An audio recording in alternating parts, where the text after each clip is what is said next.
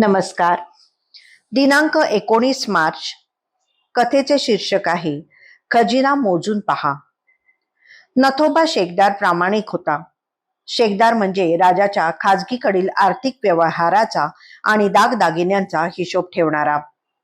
काही दुष्टांनी कुभांड रचून त्याला गजाआड केले. मालोजी राजे दर्शनाला आल्यावर महाराजांनी त्यांना खडसावले. खजिना मोजून पहा, अकारण कोणाची जाचणी करणे ठीक नव्हे. एवढा इशारा राजाला पुरेसा होता. खजिन्याची तपासणी केल्यावर नथोबा निर्दोष सुटला. पण नथोबाचाच आता विटला होता.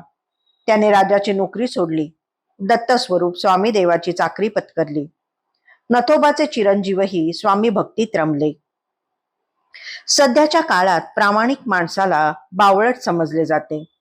भ्रष्टाचारी माणसाला कर्तबगार हुशार मानले जाते. भ्रष्टाचार, दुराचार हा आता शिष्टाचार झाला आहे. ही दुर्दैवाची गोष्ट आहे. पण हा भ्रष्टाचार, सदाचार यातील संघर्ष आजचा नाही, पूर्वीपासूनचा आहे. नथोबाला गजाआड करण्यामागे भ्रष्टाचारी, दुराचारी लोकांचा हात होता. महाराजांना ते लगेच कळले.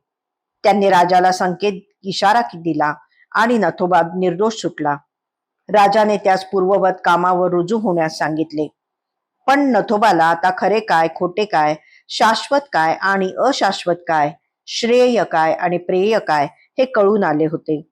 खऱ्याला जगात किंमत नसली तर नसू दे, पण खऱ्याची बूज राखणाऱ्या देवाची सेवा खरी, शाश्वत आणि श्रेयस्कर असल्याबद्दलची त्याची खात्री पटली. नोकरीतील निलंबन आणि घडलेला कारावास हे उपरतीस निमित्त झाले.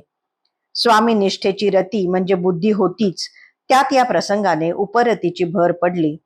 अकारण घडलेला मनस्ताप आपल्या कल्याणासाठीच होता. आपणास उपरती होऊन भगवंत भक्ती प्रबळ व्हावी यासाठीची ही ईश्वरी योजना होती, असेच त्याला वाटले. परमार्थाच्या दृष्टीने या लीलेतील राजा म्हणजे जीवात्मा समजावा. नथोबा शेखदार म्हणजे जीवात्म्याचे प्रामाणिक सात्विक मन होय. हे मन जीवात्म्याच्या खाजगीकडील म्हणजे वासनेकडील कर्मेंद्रिये, ज्ञानेंद्रिये, अंतःकरणे त्या सर्वांचे विषय, त्यांचे व्यवहारा चोखपणे सांभाळत राहते. परंतु विकार म्हणजे षडविकार त्याचा दुस्वास करीत आहेत. उलटा चोर कोतवाल को डाटे म्हणतात ते हे विकारच राजाकडे म्हणजे जीवात्म्याकडे मनाविरुद्ध कागाळी करून ते भ्रष्ट असल्याची ओरड करतात. जीवात्माही फारसा विचार न करता मनाची डामणूक करतो. मनाची कुचंबणा सद्गुरूला कळल्याशिवाय कशी राहील? सद्गुरू जीवात्म्याची खरडपट्टी काढतात. मन सरळ प्रामाणिक असता त्यास आरोपी करू नये म्हणून बजावतात. खजिना मोजून पहा असे म्हणतात. याचा अर्थ वैराग्य, क्षम, दमादी, षडक, मुमुक्षुता वगैरे सर्व धन होय. ते सर्व ठाकठीक असल्याची खात्री करून घेतल्याशिवाय मनाला शिक्षा करणे बरे नव्हे अशी ताकीद देतात.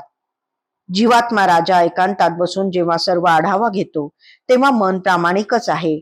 विकारादी मंडळींचेच हे कपट कारस्थान आहे हे त्याला आढळते. तो मनाची समजूत घालून पूर्ववत आपल्या सेवेत सामावून घेण्याचा प्रयत्न करतो. पण विटलेले मन जीवात्म्याची चाकरी सोडून सद्गुरु सेवेत रमते.